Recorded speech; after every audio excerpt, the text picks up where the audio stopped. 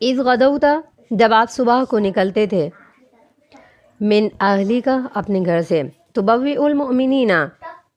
آپ جگہوں پر بٹھاتے تھے مسلمان مومنوں کو، مقاعد للقتال، قتال کے لیے